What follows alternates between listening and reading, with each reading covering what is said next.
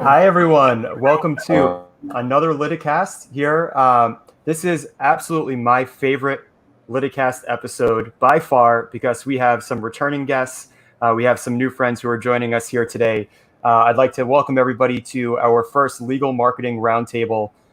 There are some of the best minds in legal marketing who are sitting in front of you today on our live stream here on YouTube Live, on LinkedIn Live, and on Facebook Live. Those of you watching us, please feel free to let us know that you're watching in the comments, what firm you're from, any questions you may have for our guests. We're really here today to celebrate the release of a personal injury law firm marketing guide that the men and women in front of you here helped us create. It's now available on litify.com. It is a very extensive guide, and I first off want to thank everybody for helping us put this together. It really is a great resource. Thank you. We're going to go around the horn here and just give everybody a moment to introduce themselves so those who are watching at home know who is joining us here today. So Alyssa, why don't we start with you?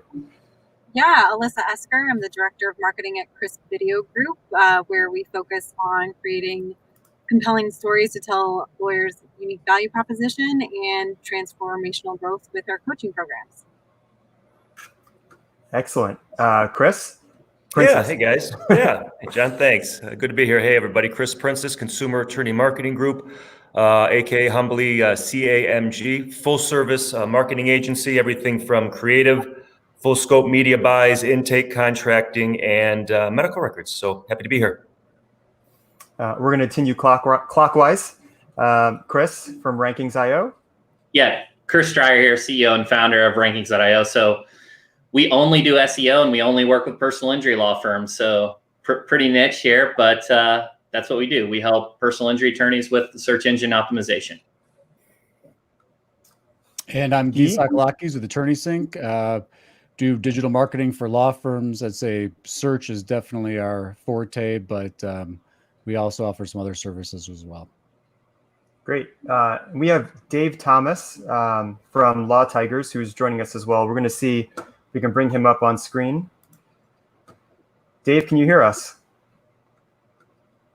Not yet. All right. Dave's having some technical difficulties, so I'm going to pull him out for now. Dave, just let us know when you're ready to go.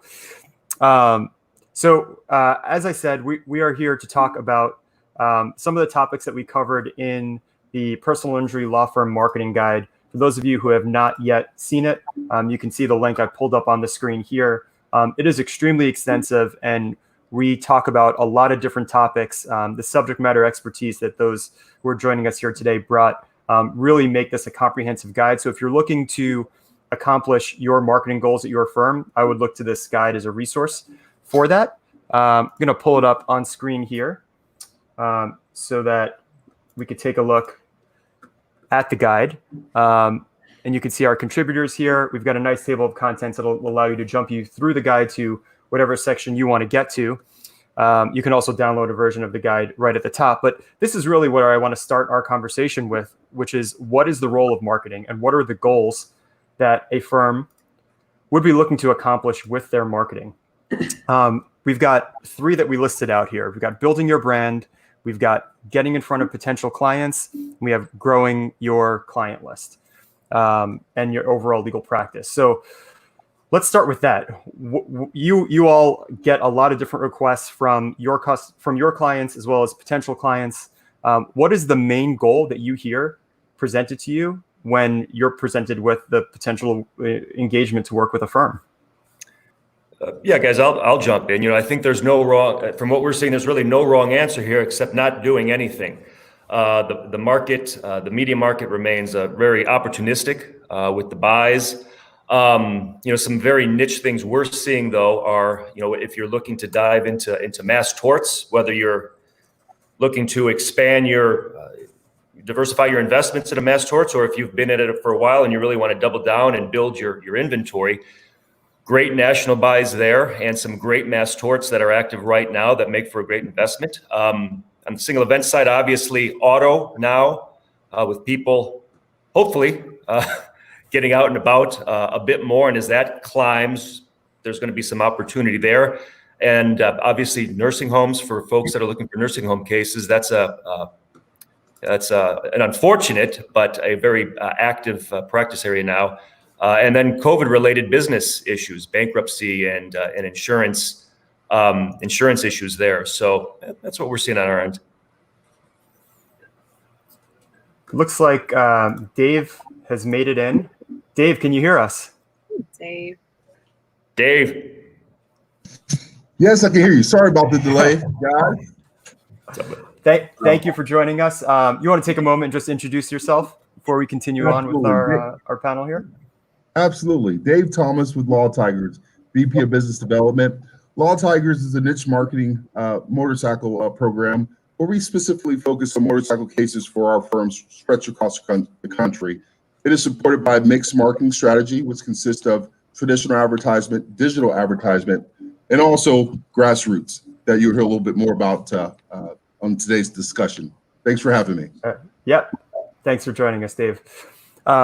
So, Chris, I want to talk about something that dovetails a little into what you just talked about, but it's extremely timely. I'm sure everybody here and those who are watching us at home heard about the recent settlement in the Roundup litigation, and obviously it's a huge issue, right? You've got, I think, 10 billion was the settlement. And we'll see how that actually plays out and what that means for those who are affected. But this is a litigation that's actually been in progress for years, right? Mm-hmm. Let's talk a little bit about some for those of you who were working on generating potential intakes in this Roundup litigation. Let's go back to a few years ago when you started working on these campaigns. Can you talk about, and this is open for any of you, talk about the progression for that litigation from when it first came out to now here we have a settlement a few years later? I'll jump in on that. It was interesting. It's been all over the place. It's been an interesting one where last fall, or early fall, like late summer, it was an absolute madhouse, and there was a lot of things going on that they were talking about settling. So everyone was trying to get in last minute and get what they can. And then it kind of cooled off. And so there was some opportunity from that point to now. Still some potential opportunity, but a great win for our side here, and for those firms that have some good inventory. Obviously, it's going to be a good situation for those firms, and obviously for all the claimants involved. I think another thing that makes me think about is when we're talking about metrics, usually firms fall into a couple different buckets, but an example like this, this is an investment over a significant amount of time. And so when you're talking about tracking metrics, you can't always you want to get to ultimately return on investment, return on ad spend. But I think it's important to bring up some of the other metrics I know that we all think about: target cost per acquisition of a new, whether you call it a packet or a new client, or target cost per acquisition, even of a lead, qualified lead. I think that in the shorter term, especially when you're in that world, you need to be thinking about some of these metrics earlier on so that you're not overspending, hoping, and you obviously can't measure against return on investment because it's going to take years for that to matriculate. Yeah, and I would say, too, in regards to a search engine optimization strategy, you've got to create something, especially it's got to be unique and compelling because it's a nationwide term you're trying to rank for. The other thing that you need to do when you're looking at these new types of cases is not necessarily look at potential SEO software tools like Ahrefs, SEMrush, and those types of tools, because their data is all historical aggregates. You need to be looking at things like Google Trends that are more current for your topics. And in many cases, it's getting first in so that other people will cite your material, and your article can actually act as a link bait or link acquisition component. Yeah, and I think that really goes to playing the long-term game. It's not, as we were saying, it's not just about getting that lead at the end of the day. This was years and years in the making. That's a huge return on investment that you're seeing at the end of that time.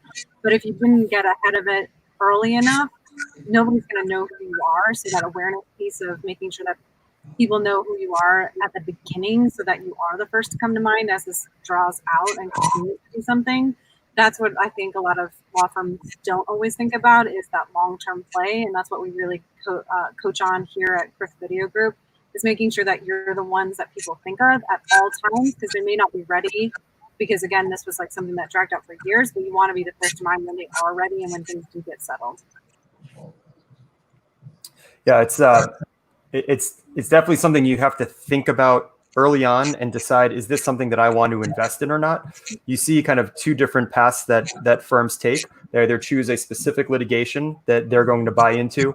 I'm sure, Chris, you see this on the media spend side, right? They're going to buy into Roundup or Zantac or whatever that specific litigation is.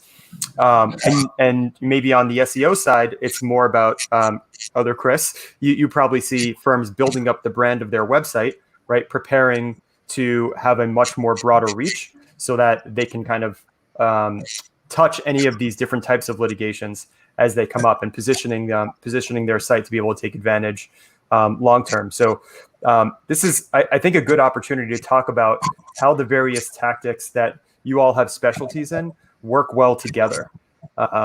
Let's talk about specifically, and this came up yesterday when we were planning, was the impact of, let's say, TV and media buys on search. Yeah, I'll go from the front end. We're full service, so we can kind of take a look at that. But that we also do a lot of campaigns where we do that, where we'll work with we'll maybe do the TV or the traditional, and I've worked with some of you guys on the panel here, where we'll work with the digital side or vice versa, and see how they all tie in and really track daily to the analytics of how the TV is performing based on digital is based on and vice versa based on TV. And it's very interesting, when you're all going at it together as a team, meaning the media side, you can see how valuable it is to track and see what's performing the best, optimizing based on performance, and seeing how they really do they act as a team. They work side by side with each other. It's not, say, TV is better than digital better than radio. It's how they all work together, tracking that, and then figuring out the best players to have on the field at any given time. Yeah. And the number one thing that we see people doing when they are, watching TV and there are commercials, is they'll jump on their phone and they will be jumping on their social channels. So, they want to skim by that ad that's happening, but guess what? You just looked at your phone on that social channel and you will be skipping by that ad that was originally planned on TV, but now they've got you on social. So you got to think of how those things play and time that out appropriately, because of the consumer habits that are changing now.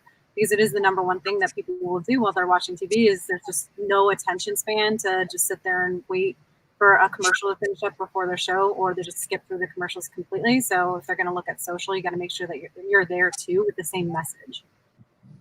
Yeah, I agree. At Law Tigers, obviously, we really focus on that mixed marketing strategy with digital, TV through traditional and grassroots. And I agree with you all. They support one another. We get in often friendly arguments here in-house with our marketing team, because we're all looking, at where the cases are generated from. But, I always share with law firms just looking to deploy a marketing program. I say, if you can put together a comprehensive program that's more of an infinity program, that's going to support one another. We know that billboards, television, outdoor, radio commercials are great, but backed by a true and tried digital strategy, it just makes all great sense to deploy them all at the same time and cover all your bases. So we really focus on that at Law Tigers, and then obviously with grassroots, we evoke emotions through being forward facing in front of our audience and target audience as well. Yeah, and it goes back to the consumer journey, right? So historically, we marketers would love for everything to fit into a nice funnel, right? So direct response, you build some awareness, get in the consideration set, click, call, sign up, right? But a lot of legal services consumers, their journey is much more all over the map, right? So Google talks about micro moments, but that's why it's so important to be where they are when they're looking. So when they have that moment where they decide they want to make the hire, or at least the inquiry, that you're there. And so, and I know Chris D, and I talk about this a lot when we talk about search, but paid media management and organic, there's so much to learn across those different channels, whether it's, if you're able to get positions organically, those might be keywords that you decide to buy on the ad auction, and vice versa. You might be able to do some research with the ad auction for your long-term investments in SEO. From a brand building standpoint, one of the things that we talk a lot about is watching those searches on your name and your firm name grow over time. That's a good indicator of brand growth over time too. So all of this, and TV is a great one as well. So you're building brand online, people are coming to your site, you're retargeting them so that you're able to, keep that engagement with them over a longer period of time, turn that one moment of ad into a much more long engaged, nurtured relationship. Yeah, and I completely agree with everyone. So the stronger your brand is, the better it's going to have on your impact in regards to search engine optimization. Because if you're the third search result, but you have a recognizable brand, that consumer may click through to your result, even though you're not positioned number 1 or 2. And in turn, that's a good signal, a good click-through rate percentage can impact your ability to rank better. So it's kind of a multi-channel approach can really impact all these different avenues. So if a firm is looking to, and we'll look at today, right? Because today is a lot different than the environment that we were in a few months ago. If a firm is looking today to make measurable impact on their client base, I need more clients. Auto accidents are down. I need to surface new personal injury clients. What would you all recommend as the first step that they should take? Not even necessarily the first tactic. Maybe it is a tactic, but what's the first step that they should take in order to achieve that goal? I would recommend figuring out what the opportunity is. So maybe in personal injury, auto is your focus. There's always going to be an opportunity somewhere else. You can always niche down further. You can always find what is that thing that has the most opportunity right now, because we are in such a different world. So while people may be driving us, there are different things that people are doing that is going to be something that is going to impact their lives in a way that they would be looking for a personal injury attorney. So really take a step back and ask yourself a couple of questions to get to what that is so that you can niche down to that. And then once you really understand what is that opportunity out there, then you can start thinking about the marketing channels and, finding out where these kinds of people are on, social media and which channels you want to put your messaging on. But you really want to take that step back to find that niche and that opportunity, because otherwise you're just going to spin your wheels, putting money on a bunch of different channels that may not make a difference anyway if you're not looking at the right type of people. I agree. I agree with that. I'm going to piggyback on that. I think it's it's almost started. It's a reset button. So we're very focused on data and what's going on. So if we're talking local and auto, regardless, because let's say before the world shifted here, you want to look at your market, what's going on with your market, what your community is, what your culture of the community is, what you want to get out of your name, let the community get to know you, what the competitors are doing, what your competitors are doing. And now that's all changed. There's firms that used to be big spenders that aren't doing anything now because they had to dial back. There's new folks.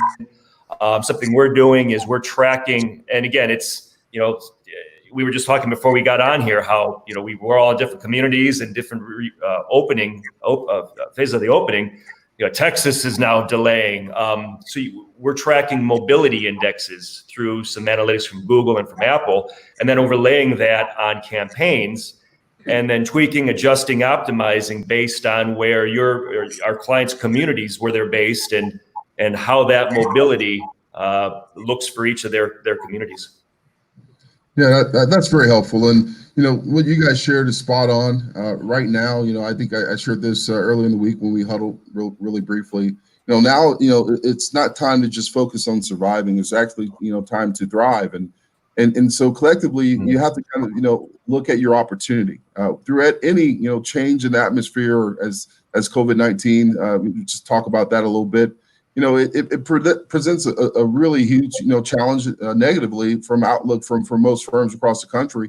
But if you can twist that and say, there's some opportunity here, and there's an opportunity to really connect with people at the core, making people the centerpiece of your table. So when I talk with firms right now, I say, now it's time to really roll up your sleeves and jump into the trenches. Go meet people exactly where they're at. And so, comprehensively with a program through digital is a phenomenal way to get in front of people. But, not trying to push grassroots, but I think grassroots a lot of times is often overlooked. And, many firms may look at the size of their firm, like, from small to mid, and say that, I don't have enough staff. I don't have enough, enough people to go out and properly, and execute a grassroots model. But, there's so many opportunities for charity. There's so many opportunities to provide service in your communities. To speak on some things that we had done, not to just talk about Law Tigers, but, there was a firm in Herman & Herman in the great state of Texas that passed out thousands of masks to potential clients, but those that were in need. Ari, one of our owners here at Law Tigers, threw a block party for the hospitality workers that were out of jobs on furlough. And I think those are just ways to make meaningful connections and to set you up for, as we come out of this, because, a lot of folks, like you mentioned, they're on the sideline and still puzzled on, how can I be effective through marketing? And that's all part of marketing. I mean, at the end goal of anything that we do, whether it's through technology or digital, we're all trying to get in front of people, to get people to develop that trust and to resonate with us. And what better way of doing that through an opportunity when people are in dire need and through this sudden change that we're under right now with COVID-19. But there's a brighter day ahead, and I say roll up the sleeves and get after it. So obviously marketing involves a number of different components, right? You have the channel, you have the message. Let's talk about the messaging changes as we've seen this evolution over the past few months, right? We've gone through a few phases where, there was this saturation of message of, we're here for you, and everybody started doing that. You started seeing your email boxes filled with that. Now, here we are 2 to 3 months later, right? We're going through phase reopenings in some instances, as we talked about earlier. Like I'm here in Florida, we're actually taking steps back.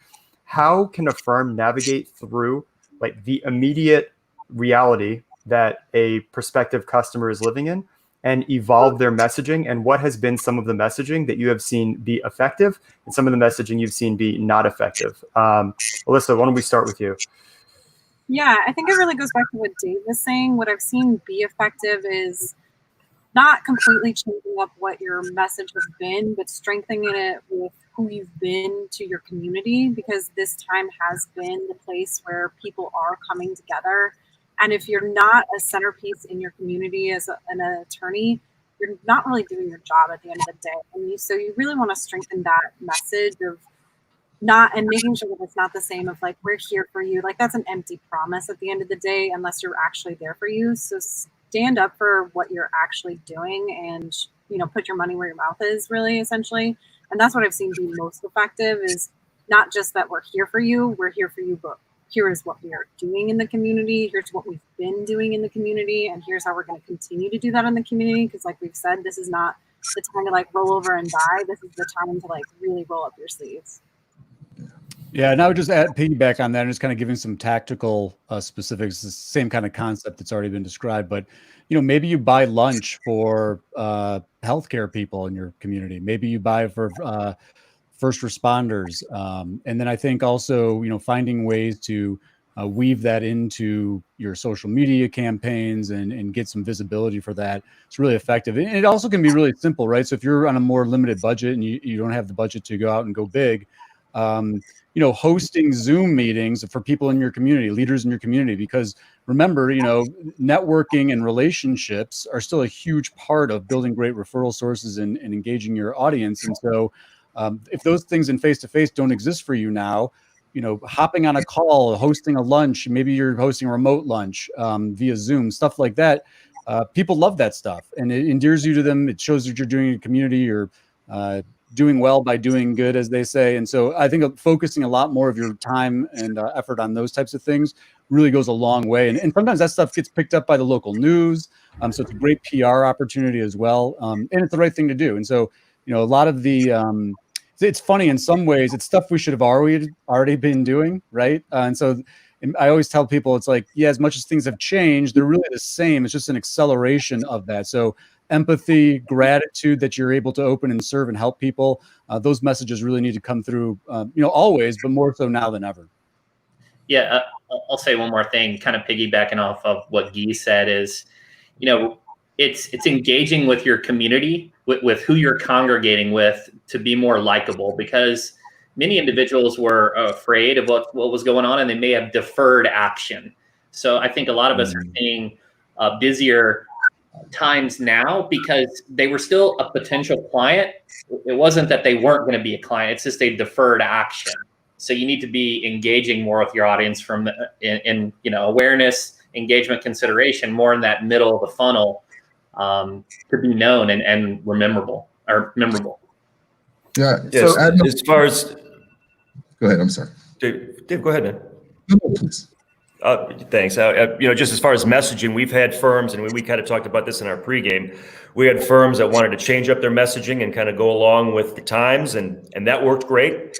We had firms that said, you know what, I'm going to act as if nothing has happened. I'm going to just keep running our ads, and we think that's going to show resolve, and that worked great. It kind of went back to my earlier comment where the only wrong answer was not being out there at all. Certainly, if people are doing COVID-related issues or nursing homes, that's different. One thing we saw, I think it was Chris that mentioned this, with engagement of the community, is we run a lot of infomercials, and those have always performed well for our firms, both response and with branding. And it's really kicked in recently. They're easier to buy now because there's so many chunks of time out there without sports going on, but it lets the attorney or whoever they're hosting reach out to the community and let the community get to know them better. And I think in this day and age where we want comfort, or more comfort, that channel has seemed to connect well. Yeah, I just going to add, right now we have the attention of the nation, right? I mean, we have the attention of attorneys, and like I said, it's just so much opportunity out there to build these relationships, which is going to return investment on loyalty, brand loyalty.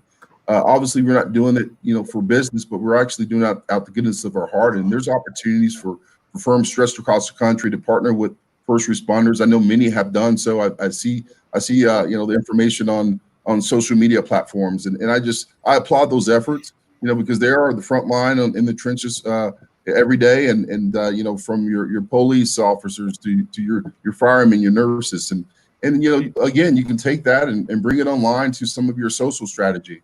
You want to recirculate, not bragging on, hey, I'm helping out, but just letting you know that you're part of the community. You're right there on the front lines with them. That's going to go a long way, and it's going to complement your marketing strategy, because at the core of what we're doing, we're looking to build a positive moment of truth with every person we come into contact with, whether online or in person. Great advice. And I appreciate all of you chiming in here.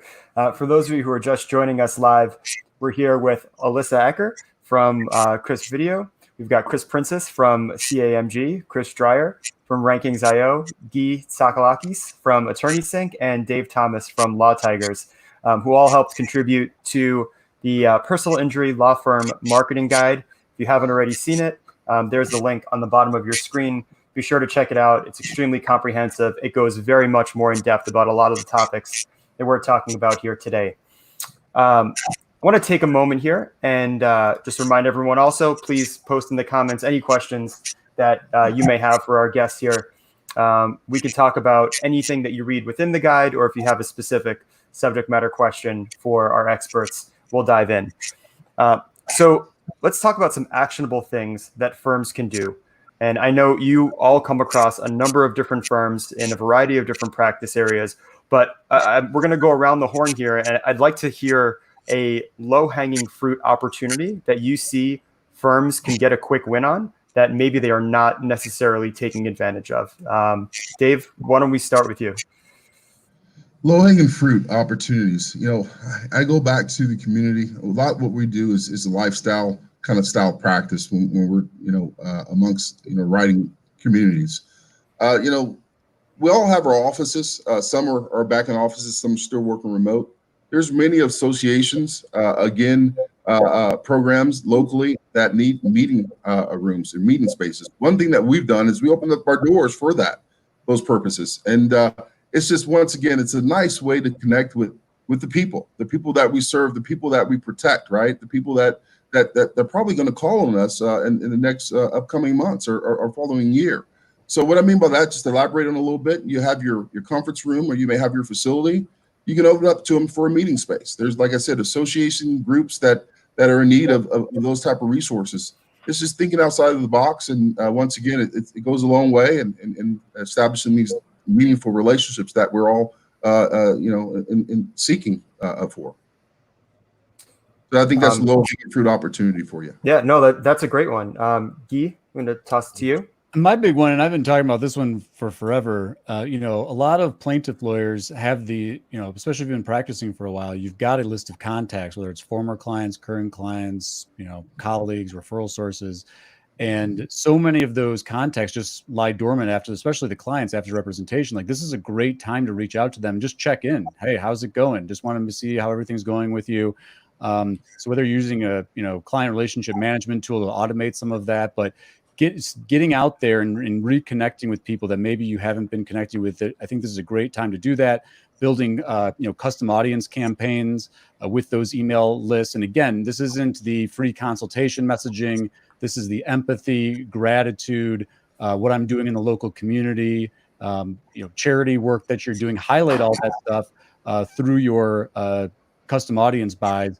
And it gets a lot of engagement. People want to share it. They want to talk about it. They want to comment. And again, it doesn't, we're not talking about the weekly email firm newsletter. We're talking about checking in, or, wishing somebody a happy 4th of July, or just wanted to see how you're doing. And those kind of email nurturing campaigns are really, really effective to stay top of mind and to give people messaging that they actually want to get from you. So, you see the open rates and the response rates on those kind of campaigns that are so much more efficient and effective than, your more traditional, just like regular newsletter. So we found that to be really effective.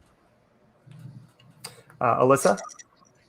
Yeah, I think some of the stuff that people are leaving on the table that's low-hanging fruit is going back to your network, but also, like, while you are getting the cases that you are getting, asking for that review. Lots of people don't want to brag on themselves, and they forget that you have clients who've been happy with your work and who feel connected to you because you have had that community feel with them. So you'd be surprised how willing people are just to give you a review and talk about, what you've done for them. And those reviews help with all kinds of things. It helps people feel really positive toward your firm and making sure that they feel good about working with you. It's great for search engine optimization. You can do it through social channels, like Facebook has a great version. You can do it on Google for the Google reviews. You should really be asking for that all the time whenever you have that positive experience, because it's just something that can boost you up just a little bit, and it's very easy to do. And again, people are willing to do it. Excellent. Great advice. Chris Dreyer? Yeah. So I would say I'm going to give an SEO answer here. Go to your pages, your main pages, and upgrade them and improve them. A lot of times everyone's just concentrating on what new topics we can create, what new blog we can write. But if you've got a car accident lawyer page that hasn't been touched in 2 years, go back in, enhance it, improve the statistics, make them fresh statistics, add unique experiences, add an FAQ section for FAQ schema, improve the formatting, the grammar, provide something unique and compelling to those primary pages, those pages that have the opportunity to drive search volume, as opposed to creating a new topic that doesn't generate a lot of search volume. So just go back to your roots and just really refresh your top pages. Yep. More in detail on that in the marketing guide. For those of you who have not seen it yet, Chris does go very deep on that topic and brings up a good point about keeping your pages fresh, keeping the content fresh. A lot of secondary effects there, in addition to obviously the obvious of keeping the content up to date. Chris Princis, over to you. Yeah, I think low-hanging fruit. It's like I mentioned earlier. There's no wrong answer except sitting on the sideline. We're seeing media rates stay pretty consistent and really great deals out there through the summer. Good time to, and some of you guys had mentioned this, kind of a good time to hit refresh. If maybe this is the time you want to try mass torts and diversify into that. Go. The national buys are great. Maybe tap into your entrepreneurship, right? I mean, people are getting out and driving. It's been caged tiger syndrome for all of us. So there's going to be some fender benders. Get out there. Let folks know you can help them with these sorts of things. Maybe you want to get aggressive and help these folks that are affected by the COVID nursing homes. Maybe you're a firm that's set and ready to go and thinking about going national with something. So try that. So really, use this time to get out there and let folks know you're there to help them. So for firms that are interested in pivoting into some new practice areas, maybe because they were focusing on auto and car accidents are down, what would you recommend are the best ways to test a new market out, to test new tactics out without putting a significant investment forward? I'll open this up to the floor here. I think people would be surprised at how inexpensive social advertising can actually be. You don't have to put a huge investment in. You can, start with something like as low as $50 to $100, especially if you are just gonna try like one little market and you just want to test something out in Atlanta or Chicago or wherever you are, and really pick a very specific DMA. Especially right now, because so many people are scaling back on their advertising, you're seeing a lot of the cost for advertising go down more. So this is the time to even test it right now, because there's a lot less competition. And you'd be surprised with the results you can get. You can drive, a couple of hundreds of impressions and clicks from just a couple, 50 to $100. And you can, really focus and narrow it in on that specific geo or market that you want to try. You'd be surprised how affordable that option could be. And just piggyback, those are great comments. It's not as expensive as most people think. And I don't know all of your guys' process, and I think it's pretty much the same. But with us, we're week to week. We can, so it's easy to go ahead and test. I mean, go in there like Vegas and test it. Obviously, you want to go in there with your data and your research and have a calculated test. But if it's not, say, going or where you want, or flat, pivot, adjust it quickly. We've had folks do that where they wanted to test something and maybe it didn't pan out, and that's fine. It wasn't a big investment. We've also had folks that tested it, and that test has made these firms now, we all know them. So it's worth giving it a shot. Yeah, I guess I would just add from a paid search standpoint, start with very small, constrained geographic areas. Don't go and test, at least for, when I think of single event, plaintiffs firms, I wouldn't go statewide if you're trying to get into something new, but small geographic tests. Don't go after head terms. Try to do research for longer tail search.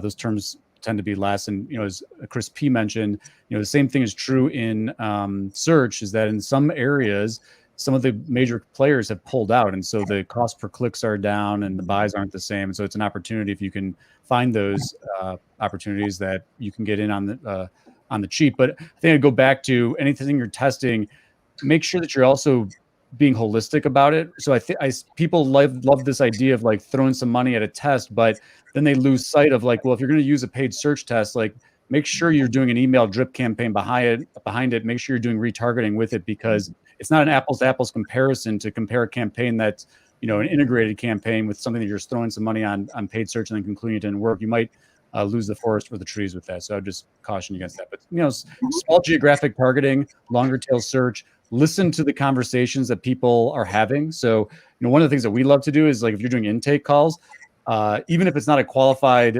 client for you now, a lot of the call software will do transcripts. And so mining the transcripts for patterns to find the types of issues and problems that people are facing, and then go test campaigns based on what you're hearing your audience tell you. Go ahead. I would say, definitely try something different. I think, this season has been actually really good for a lot of us to really reinvent ourselves, right? And so we're looking at small test areas. I agree with what everyone had to share. Put forth a really strong social media strategy. Be that thought leader. Go, let them see your face. The best thing you can have is a phone, or if you have a videographer like we do have here on staff, and obviously Chris Video, you guys are the masters of this. But go live and share some valuable and meaningful information that stay top of mind with your audience. And I agree with the rest of them. Media spends. They're definitely more reasonable today. So for some of you that didn't have maybe the budgets to support it, when things were highly competitive, maybe this is an opportunity for you to go ahead and participate and see what's out there. And just understanding that, things will definitely, pick back up. We know that, the hesitations of people traveling the country on airplanes are severe. So, automobiles will make their way back to the road, and not to, give a pitch on the motorcycles, but motorcycle sales are through the roof now, and for new and used, and so people are going out still having a good time. So really look for a niche. It doesn't have to be motorcycle cases. There's all type of niches that you can really tap into. It could be with specific geographic location and audience within those locations. So have fun with it, but definitely try as much as you can right now and be present. Yeah, I was going to go old school. Go find the guy that's crushing it in that space and be his buddy. Like, generate relationships. Yeah, they'll be transparent. They'll tell you if there's an opportunity, and then you don't have to spend any money on it. They're just going to tell you. Very, very good advice.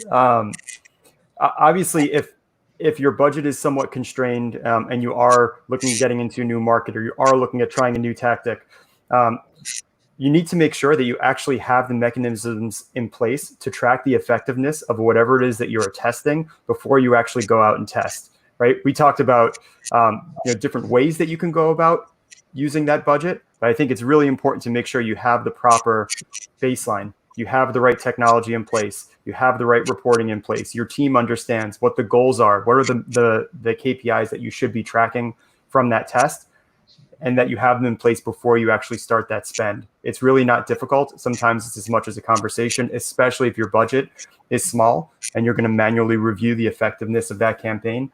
It could be something as simple as, Chris P., I'm sure you see this, right? A dedicated phone number for a specific campaign, right? Gyi, we talked about this on our live stream a few weeks ago, is having like a phone number on a landing page, right? If you have a paid campaign that's just driving to that landing page, you dedicate that landing page to that specific phone number.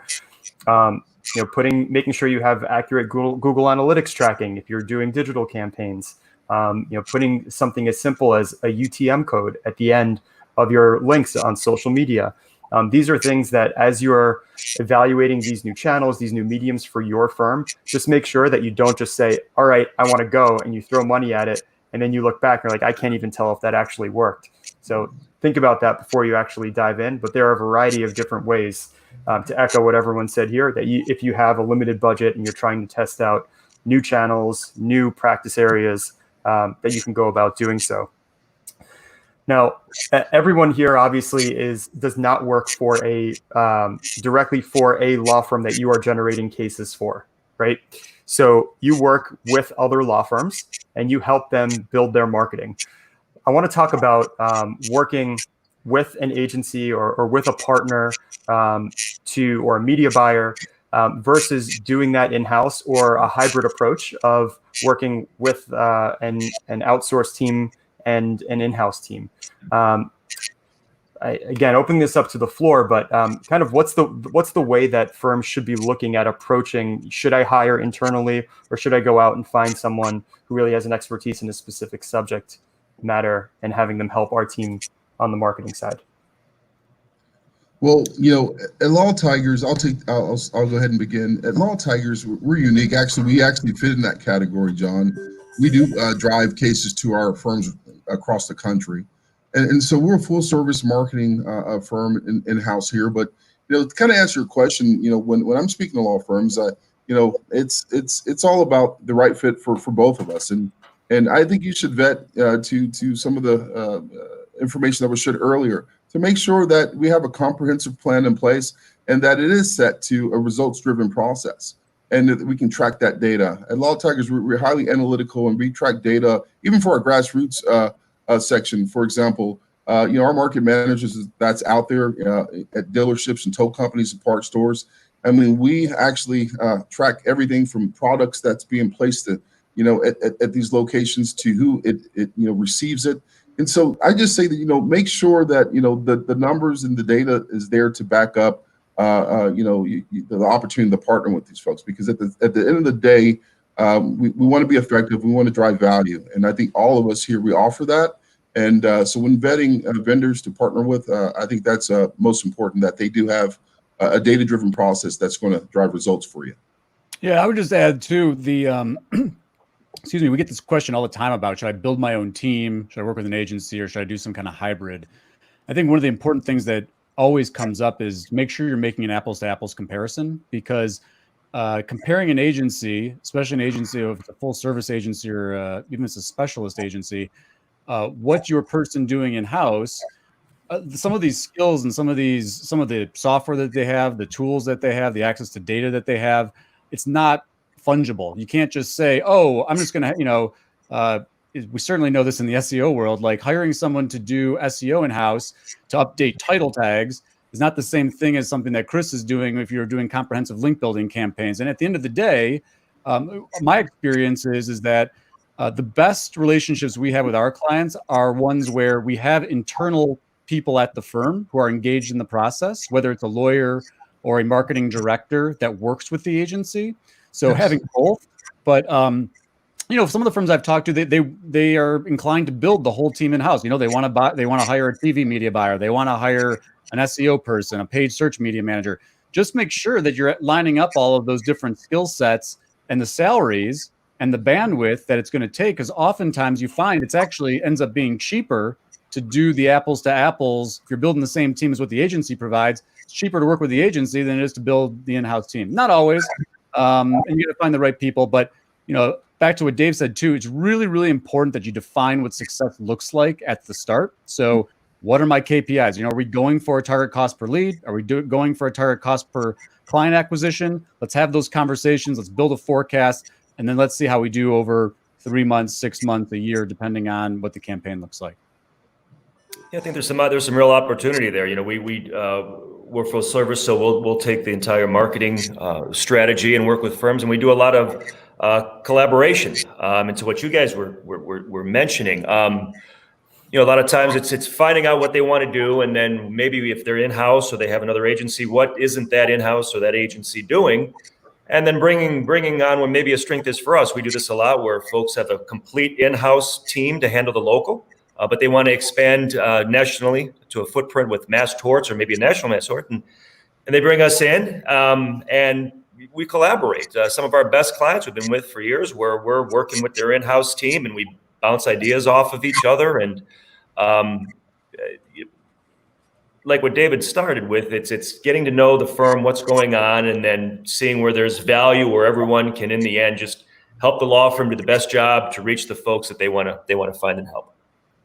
Yeah, and I think there's always a benefit to finding a good partner on an agency side, especially as a law firm owner, or if you're in like a smaller shop. You want to spend your time on the business. So finding a good partner allows you to actually focus on the business that you are running at the end of the day, not trying to figure out what the best SEO technique is, what's the latest and greatest algorithm that's out there, how is Facebook changing up in the way that they're bidding. You don't have time for that at the end of the day. What you do have time for is to hire smart people, and what we coach is to hire smart people, whether that's internally or at an agency, who can do that for you. This way that you can work on the business, because at the end of the day, that's going to be what's going to make you successful and allow you to do things outside of the business as well.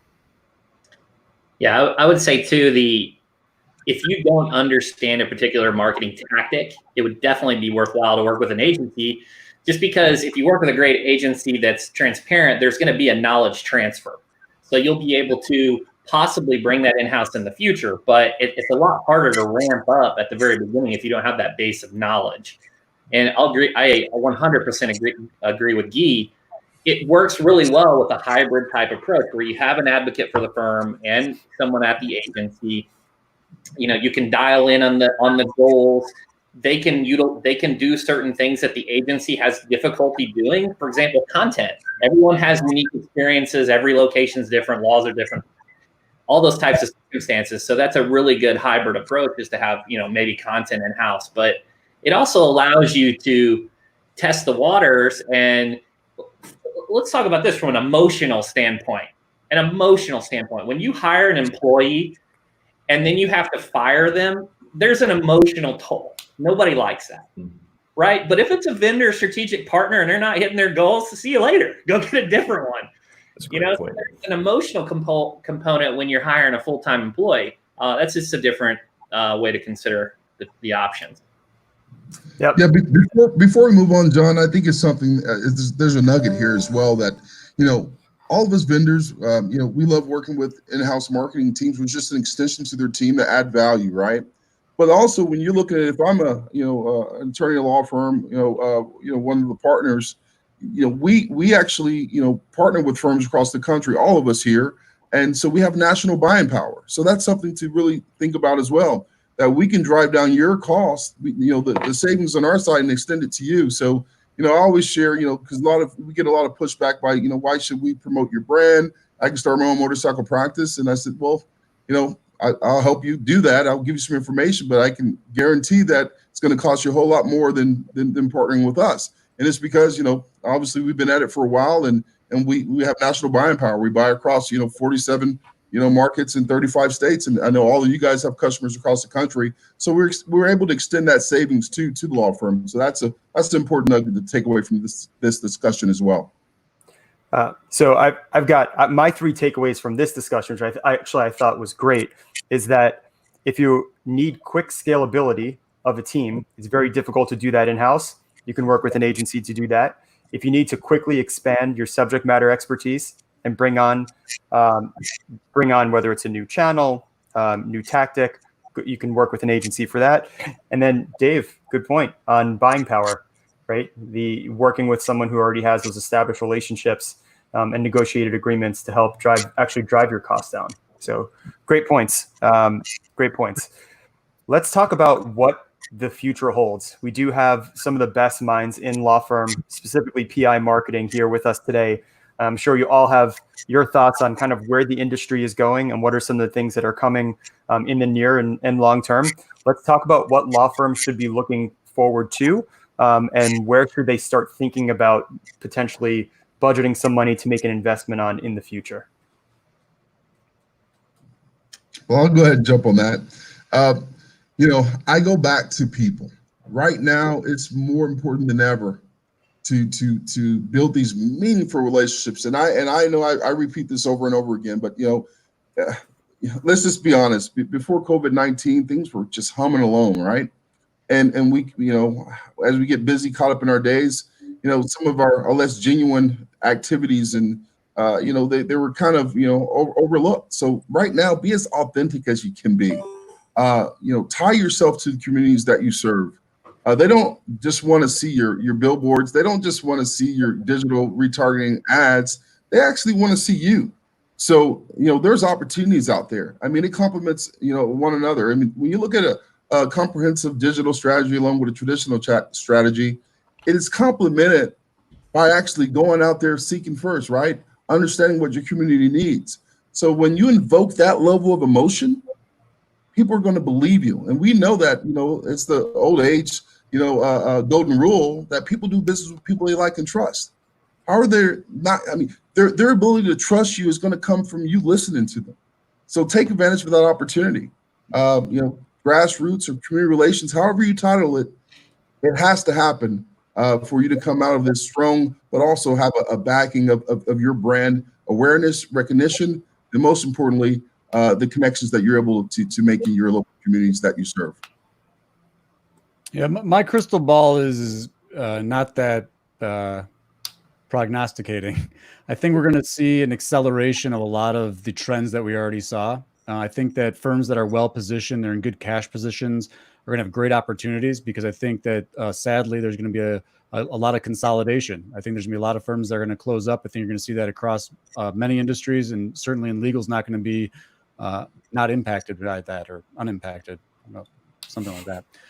Point being that for firms that are in those positions, there's going to be a lot of opportunity. I think there's going to be opportunities to buy media you might not have been able to buy. There's going to be opportunities to get audience that you might not have been able to engage with in the past because there's going to be a vacuum from the consolidation. And so get out there. I think we've all that's been one common theme that all these experts have said is, be there, right? Be online, be there in your local community, be there supporting the people on the front lines, be there in people's inboxes, reconnect with old contacts.